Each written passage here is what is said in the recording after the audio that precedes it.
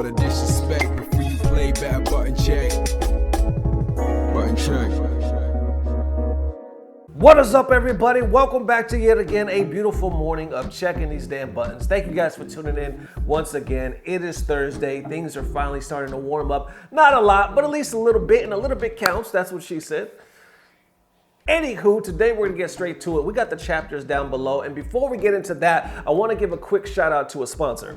Good people at EKSA, the E900 new model for these headphones, y'all. They reached out at the same time my son was asking for some headphones, so I was like, yo, this is perfect. Anyway, it really caught my eye because I looked it up, and most headphones that people look at, they're hell of expensive, right? They're like $100, $200, $300. These actually had the same specs that I was looking for, and they were only like $40 to like $60, $50, anything in the middle. Like it was nice. Anyway, I'll continue showing it as I break down the EKSA E900PLUS ENC 7.1 virtual surround sound gaming headset. The ENC technology basically it has that ENC technology with intelligent noise reduction algorithm, integrated chipset inside, software-free 7.1 virtual surround sound, crafted for comfort, and also it actually comes with that USB cable for great compatibility with the PC, Mac, PS4, and laptop. So definitely check it out. Not only did I try it, but I let my son try it, and he was like, yo, this is cool, I like it. So of course, they get the stamp of approval. Much love to everybody at EKSA. Their link is in the description field. Definitely check them out if you guys want to cop one.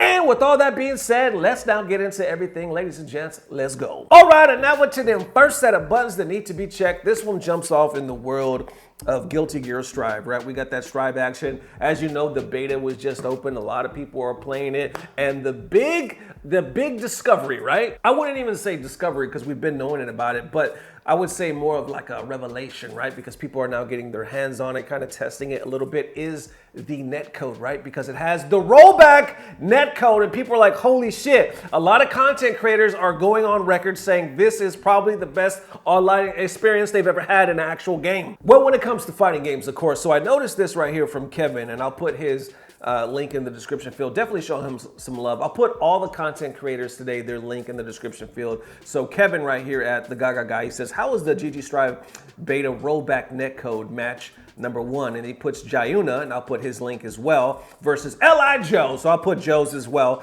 East Coast, USA, 160 through 170 MS rollback frames. You be the judge. So here is the clip right here of them playing. Looks pretty clean, right? Looks pretty crisp. But then others are like, well, I believe Jayuna is in Japan, right? So that's why people are like, holy shit, we're having matches from America to Japan and it looks this crispy. Like this is a big thing, especially for those of us coming out of the Street Fighter V realm. We're not used to shit like this.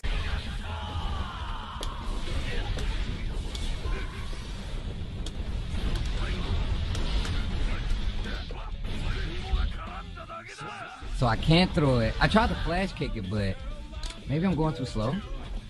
No, it clashed last time.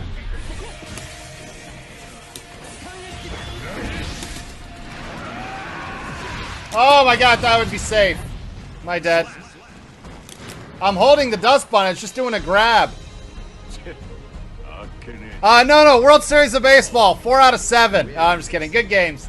So of course, this is a hot topic right now. A lot of people are showing off, you know, just exactly what this game can do as far as like online. It is a huge thing. Even Sonic Fox posted on it, right? They posted this saying, okay, now put the GG Strive netcode in fighters. People are reacting to that, you know, because they just see, plain and simple, that it is a necessary thing. Like, this is amazing. So people are going fucking bonkers because how long have we been screaming about netcode and gameplay when it comes to like Nintendo or Capcom and stuff like that? But this right here looks like they're doing it right. Dr. Danny Pham comments on it as well, saying the GG netcode reveal right after the Capcom announcement makes it feel like your parents got you a Game Boy Color and the rest of the kids got a Switch. Then people responding like, okay, but who is who, right? Because they're both kind of good, right? And then he responds saying, I don't know, maybe the one that has people playing perfectly from Japan to the US might be the more technologically superior Christmas gift. And then it just continues from there. You got pro players / content creators like Justin, you know, Justin Wong posting that, you know, their experience and they can't wait to play even more of the game. Jayuno posts again. If you don't know who he is, you probably know who he is if you watch this channel, but I'll definitely put his link in the description field.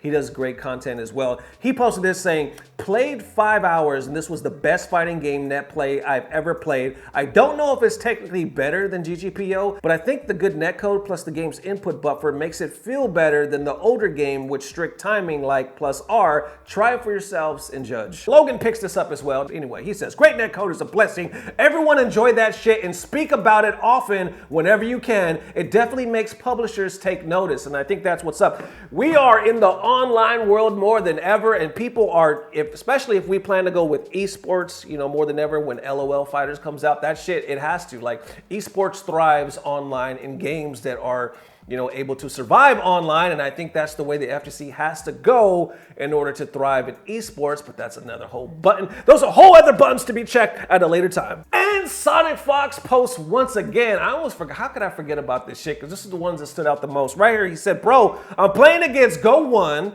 on Wi-Fi, and it's still super good. Holy shit. And what's the main thing that sticks out? Of course, you got Sonic Fox when they posted this, right? But also Wi-Fi.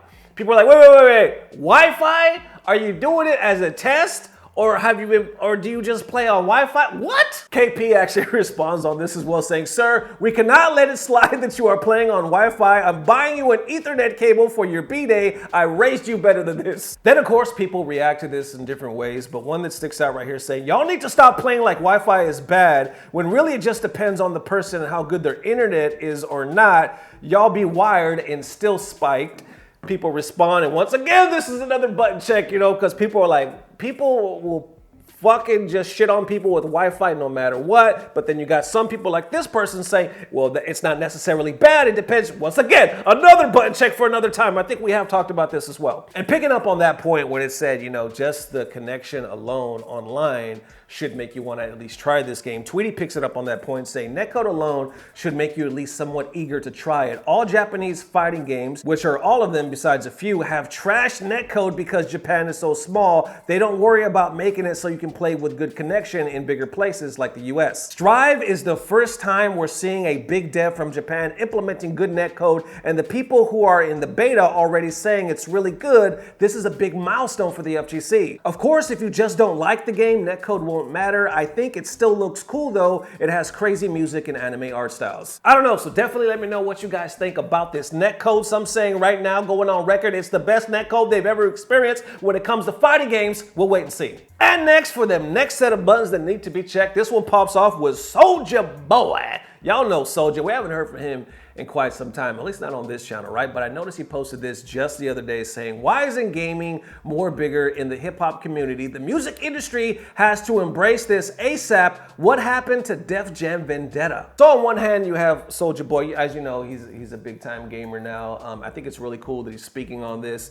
And I thought it was even cooler they were speaking about this game in particular because it's music, it's hip hop, not technically an FGC game, but it is a fighting game. So the FGC's taking notice and responding. And once again, KP, Katana Prime right here responding saying, these bitch ass at Def Jam told us to get them 1 million followers to get news on the next Def Jam fighting game, and then took the 1 million followers and finessed the whole app. Somebody gotta get them to tighten up. Might just be you. Let's get it. So apparently this is a real thing. I had no idea. They actually did this. They said, get us to 1 million followers, and then we'll bring out some more news. KP posted this as well saying, so you know it's not cap. Right there on the top, you can see the streets saying we need a new Def Jam game. At the bottom saying, once our Twitter hits 1 million, we have a special announcement for y'all. That was back in August of 2020, and then apparently we have heard nothing. So KP calling them out like it is, like, yo, what the hell was up with this? It's almost like they finessed all these followers, all this heat,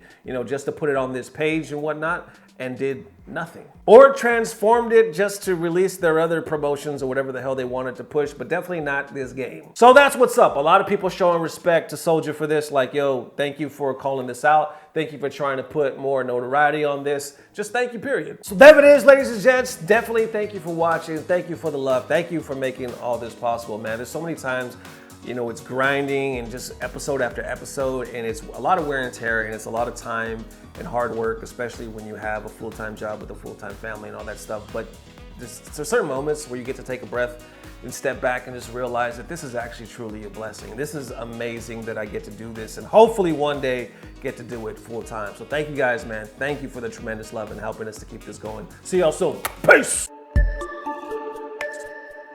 Blah, blah, blah. Subscribe. And in preparation and excitement for the Guilty Gear Strive beta, somebody by the name of Disband already at SM Disband posted this saying, anyone else ready for this Guilty Gear Strive beta to start? Question mark. With this picture of his pizza, his Mountain Dew, and